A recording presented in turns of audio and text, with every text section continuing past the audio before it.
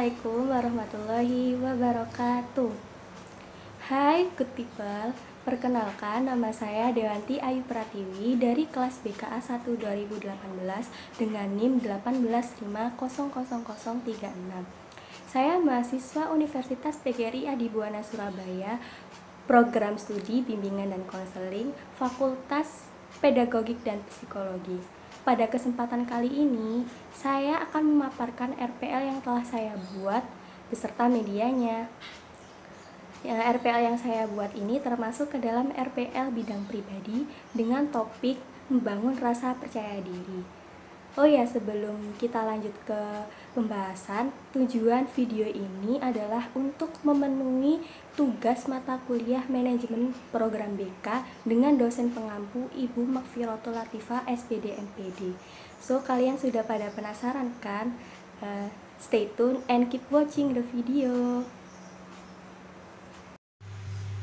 Berikut adalah contoh rencana pelaksanaan layanan atau RPL daring bimbingan klasikal semester genap tahun 2021-2022 yang telah saya buat.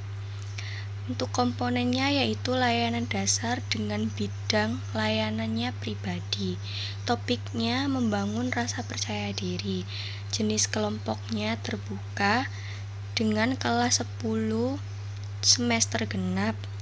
Durasi waktu 2 kali 45 menit. Anggotanya 32 siswa. Tujuan layanan terdiri dari tujuan umum dan tujuan khusus. Tujuan umumnya yaitu peserta didik dapat memahami pentingnya rasa percaya diri. Kemudian peserta didik dapat memahami ciri-ciri dan manfaat orang yang mempunyai rasa percaya diri. Tujuan khususnya yaitu peserta didik dapat merancang proses pembentukan rasa percaya diri, kemudian peserta didik dapat membangun rasa percaya diri. Metodenya, alat dan media itu metode yang digunakan daring, ceramah, curah pendapat dan tanya jawab. Alat dan media yang digunakan berupa HP, komputer, laptop yang terkoneksi internet, media Powtoon tentang membangun rasa percaya diri. Langkah-langkah kegiatan layanan. Yang pertama ada tahap awal atau orientasi, yaitu memberikan salam atau sapaan dengan penuh semangat dan keakraban kepada peserta didik. Kemudian mengajak peserta didik untuk mengawali kegiatan dengan berdoa. Yang kedua, guru BK memberikan pengantar singkat tentang tujuan layanan bimbingan dan konseling. Yang ketiga, guru BK membina hubungan baik dengan menanyakan kabar peserta didik serta membuat suasana kegiatan menjadi lebih semangat atau bergairah dengan diawali ice breaking atau mencairkan kebukuan kelas. Jadi di sini guru BK itu membangun hubungan yang baik terlebih dahulu sebelum membahas materi untuk diberikan kepada siswa-siswa agar konselornya atau guru BK-nya itu bisa membaur sama murid-muridnya biar bina hubungan yang baik gitu atau melaksanakan raport seperti itu. Kemudian yang terakhir yaitu guru BK menanyakan kesiapan kepada peserta didik. Untuk tahap awal ini waktu yang diberikan itu sekitar 5 menit. Dan untuk tahap transisi yang kedua, itu yang pertama memberikan penguatan positif pada peserta didik selama kegiatan layanan berlangsung. Kemudian mendiskusikan bersama dengan peserta didik terkait permasalahan yang terjadi. Untuk tahap transisi ini tuh tahap setelah proses awal tadi, tahap membina hubungan dengan para siswa tadi, langkah selanjutnya yaitu tahap transisi. Itu digunakan untuk istilahnya biar ada hubungan timbal balik antara konselor dan konseli seperti itu. Untuk waktu yang diberikan yaitu 5 menit. Kemudian yang ketiga masuk ke tahap inti, yaitu guru BK menayangkan media slide Powtoon yang berhubungan dengan materi layanan. Nah, untuk materi layanan yang diberikan tadi kan yaitu membangun rasa percaya diri. Kenapa saya memilih topik ini? Karena pada dasarnya setiap siswa itu kan masih cenderung kurang percaya diri dalam kelas seperti itu, masih takut untuk ngomong di depan umum, sehingga topik membangun rasa percaya diri itu saya rasa cocok untuk digunakan kepada para siswa agar dia lebih pede lagi ke depannya.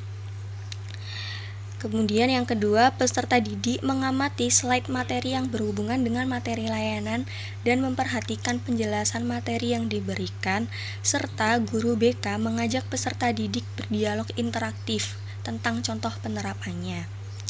Yang ketiga, guru BK mengajak curah pendapat dan tanya jawab. Jadi setelah guru BK itu tadi menjelaskan tentang materi membangun rasa percaya diri, guru BK itu mengadakan curah pendapat dan sesi tanya jawab kepada para siswa agar kelas yang diajarkan itu bisa hidup, bisa semua muridnya itu nggak pasif seperti itu, sehingga dialognya pun lebih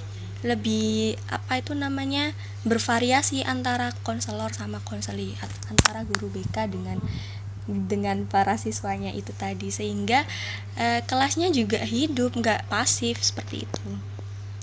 Kemudian guru BK memberi kesempatan kepada 2-3 siswa untuk memberikan komentar atas pemahaman dari materi yang sudah diberikan.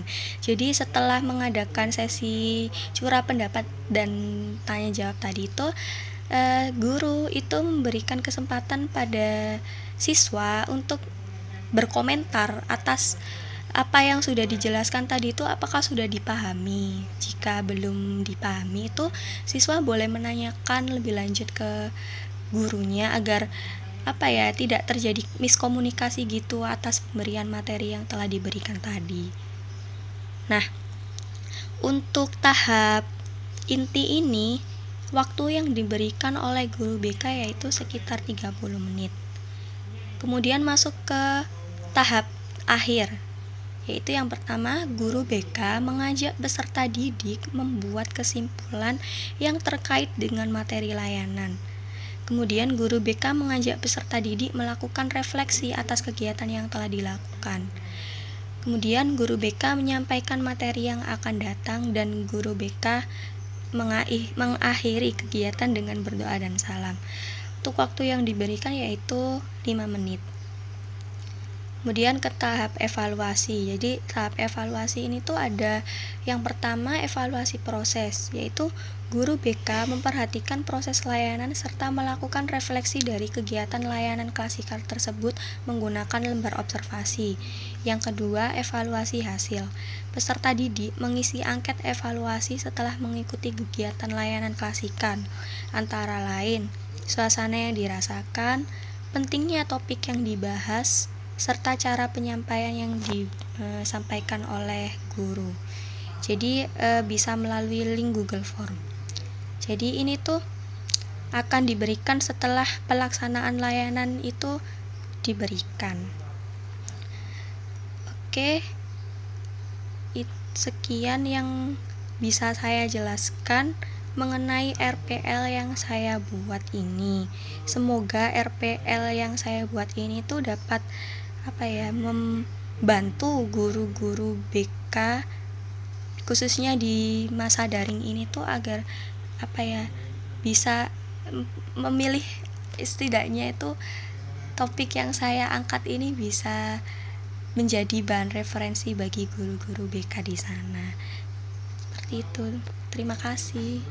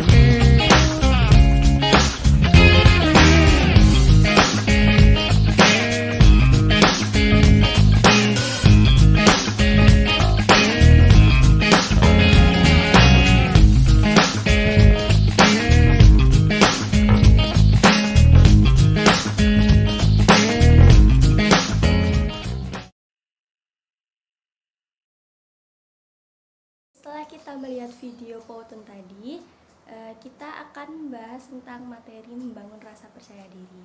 Yang pertama ada pentingnya rasa percaya diri. Percaya diri merupakan salah satu aspek kepribadian yang sangat penting dalam kehidupan manusia. Orang yang percaya diri yakin atas kemampuan mereka sendiri serta memiliki pengharapan yang realistis. Bahkan ketika harapan mereka itu tidak terwujud, mereka akan tetap berpikiran positif dan dapat menerimanya. Menurut Tantawe dalam Kamus Istilah Bimbingan dan Konseling tahun 2005, percaya diri adalah kondisi mental atau psikologis diri seseorang yang memberi keyakinan kuat pada dirinya untuk berbuat atau melakukan suatu tindakan. Orang yang tidak percaya diri itu memiliki konsep diri negatif, kurang percaya pada kemampuannya. Karena itu ia sering menutup dirinya. Menurut Spencer tahun 2003, percaya diri adalah keyakinan pada kemampuan dan penilaian diri atau citra sendiri, termasuk atas kemampuan dirinya yang diwujudkan dalam lingkungan yang semakin menantang, serta percaya pada keputusan dan pendapatnya untuk mengatasi kegagalan yang konstruktif. Yang kedua, yaitu ada ciri-ciri orang yang mempunyai rasa percaya diri. Apa yang membedakan orang antara yang punya rasa percaya diri dan tidak? Ternyata ada banyak loh hal yang membedakan mereka, yaitu antara lain yang pertama, berani tampil beda. Orang yang pede adalah seorang yang hampir memahami dirinya sendiri. Ia mengerti kebutuhan dirinya, mengerti keterbatasannya, sehingga jadilah ia seorang yang berani tampil beda, tentunya dalam hal positif. Yang kedua, berani menerima tantangan. Bukankah ketika kita belum mencoba, kita belum tahu persis kapankah kesiapan kita? Berani menerima tantangan itu berarti berani untuk belajar sesuatu yang baru. Yang ketiga adalah asertif. Asertif itu berarti tegas, mempunyai pendapat, serta berani berkata tidak. Seseorang yang pede tentu bersikap tegas, sebab ia berilmu. Ia tahu kapan saat untuk berkata ya dan kapan saat untuk berkata tidak. Yang keempat yaitu mandiri. Seseorang yang pede adalah seorang yang mandiri, yaitu ia percaya pada kemampuan dan kekuatan dirinya dalam mengatasi masalahnya. Dan yang terakhir, selalu bereaksi positif dalam menghadapi masalah. Reaksi positif ini misalnya dengan tetap tegar, sabar, dan tabah dalam menghadapi permasalahan atau cobaan hidup. Yang ketiga ada manfaat rasa percaya diri. Yang pertama yaitu menjadi pribadi yang tahan banting, tidak mudah terpengaruh oleh orang lain. Yang kedua, mampu mengatasi keadaan dengan baik. Yang ketiga, mengetahui kemampuan diri sendiri sehingga mengerjakan sesuatu itu secara efektif dan efisien. Yang keempat, memandang semua hal itu secara optimis. Yang kelima, kualitas kepribadian itu akan meningkat. Yang keenam, mampu mengontrol emosi dengan baik. Dan yang terakhir, hidup akan lebih sistematis. Kemudian, ada proses pembentukan rasa percaya diri. Rasa percaya diri itu tidak muncul begitu saja pada diri seseorang. Ada proses tertentu dalam pribadi seseorang sehingga terjadilah pembentukan rasa percaya diri. Secara garis besar, terbentuknya rasa percaya diri itu melalui proses sebagai berikut. Yang pertama, terbentuknya kepribadian yang baik sesuai dengan proses perkembangan yang melahirkan kelebihan-kelebihan tertentu. Yang kedua, pemahaman seseorang terhadap kelebihan-kelebihan yang dimilikinya dan melahirkan keyakinan kuat untuk bisa berbuat segala sesuatu dengan memanfaatkan kelebihan tersebut. Yang ketiga, pemahaman dan reaksi positif seseorang terhadap kelemahan-kelemahan yang dimilikinya agar tidak menimbulkan rasa rendah diri atau kesulitan menyesuaikan diri. Yang keempat, pengalaman di dalam menjalani berbagai aspek kehidupan dengan menggunakan segala kelebihan yang ada pada dirinya. Membangun rasa percaya diri. Rasa percaya diri itu sangat diperlukan loh bagi setiap orang. Tanpa rasa percaya diri, seseorang akan merasa kikuk, serba salah, dan tidak dapat melakukan sesuatu secara maksimal. Berikut ada 7 pilar untuk membangun rasa percaya diri yang dikutip dari Sukses Membangun Rasa Percaya Diri karya Wisnubroto Widarso. Antara lain, yang pertama, sadar bahwa kita adalah ciptaan Tuhan yang dikaruniai hak dasar yang sama, yaitu hak untuk hidup, hak untuk merdeka, hak untuk mencari kebahagiaan kita sendiri. Yang kedua, Hidup mandiri dalam arti mempunyai pikiran sendiri, mempunyai minat dan hobi sendiri, dan berani secara terbuka menyatakan pendapat atau pikiran sendiri, serta melakukan apapun yang menjadi minat dan hobi sejauh itu tidak merugikan orang lain. Yang ketiga, menemukan keunggulan atau kelebihan diri, kemudian mengembangkannya dengan sungguh-sungguh. Yang keempat, menimba ilmu dan mengumpulkan pengetahuan umum sebanyak yang mampu dilakukan. Yang kelima, berpikir realistis bahwa setiap manusia itu pasti mempunyai keunggulan atau kelebihan di samping kelemahan dan kekurangannya. Yang keenam, berpikir asertif, tulus mengakui hak orang lain, tetapi pada saat yang sama itu mampu menegakkan haknya sendiri. Yang ketujuh, menggunakan bahasa nonverbal atau bahasa tubuh dengan tepat. Misalnya, memandang wajah dan mata lawan bicara kita dalam kurun waktu yang relatif lama, atau bukan seperti pandangan sekilas saja. Berdiri tegak dengan kaki lurus dan berat badan ditumpukan pada kedua kaki atau tidak condong ke salah satu sisi. Duduk dengan punggung tegak pada sandaran kursi dengan tidak membungkuk atau meringkuk. Bahu ditarik ke belakang supaya lurus, kepala tegak tetapi tidak mendongak, artikulasi atau pengucapan kata itu juga jelas. Bahasa nonverbal ini seharusnya memang muncul secara alamiah, tetapi bukan berarti tidak dapat dipelajari. Kita dapat belajar dan berlatih menggunakan bahasa nonverbal tertentu sebagai salah satu cara membangun rasa percaya diri kita. Dari uraian singkat di atas, tentunya kita sudah paham mengenai apa dan bagaimana rasa percaya diri itu. Adapun memahami betapa pentingnya memiliki rasa percaya diri kan? Nah, sudahkah Anda termasuk orang yang percaya diri alias pede? Kalau belum, mulailah dari sekarang. Tidak ada kata terlambat untuk belajar dan memperbaiki diri untuk menjadi pribadi yang lebih baik. Sekian penjelasan singkat dari saya, kurang lebihnya mohon dimaafkan. Wassalamualaikum warahmatullahi wabarakatuh.